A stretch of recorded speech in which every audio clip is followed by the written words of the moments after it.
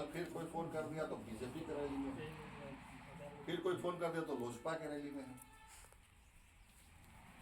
आपको क्या मिल रहा है? 200 का तेल। लेकिन अगर आपके पास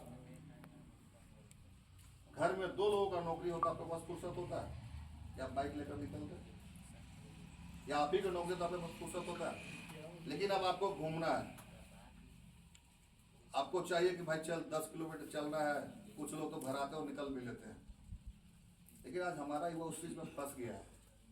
उस चीज़ से बाहर निकालने के लिए हम लोग आए हैं, ताकि आप सिर्फ अपने मोटो पर फोकस रहिए, समझे। किसी एक का साथ दीजिए, जो अच्छा लगे, लोजपा लगे, चाहे कोई और पार्टी लगे, लोजपा लगे, भाजपा लगे, चाहे जदयू लगे, चाहे आरजेडी लगे, जो लगे उसका प्रत्याशी, उसी को आप लोग फोकस करिए इस बार। नहीं भैया, मेरे लिए तो यही सोच रहा है, हम करेंगे तो इसी के लिए करेंगे क्योंकि ये मेरी बात कर रहा है। क्योंकि अगर फार्म भरना फ्री हो जाएगा तो फिर कोई भी फार्म भर सकता है। आपका आने जाने का किराया सिर्फ आपके एडमिट कार्ड पर फ्री हो जाएगा तो कोई भी जा सकता है एग्जाम देने। वहां पर रहने की व्यवस्था फ्री होगी, खाने की व्यवस्था फ्री होगी, तो कोई भी अपने मन से जाके एग्जाम लिख सकता है। बहुत युवा फॉर्म नहीं भर पा रहा है, क्यों? क्योंकि उसको आने जाने का खर्चा कौन देगा, रहने का खर्चा कौन देगा। इन सब चीज़ों के लिए तेजस्वी जी आपके लिए योजना लेकर आए हैं, और हम भी अपने युवाओं को 1 लाख युवा को, पूरे अमनौर विधानसभा में 2.5 लाख के आसपास वोटर है,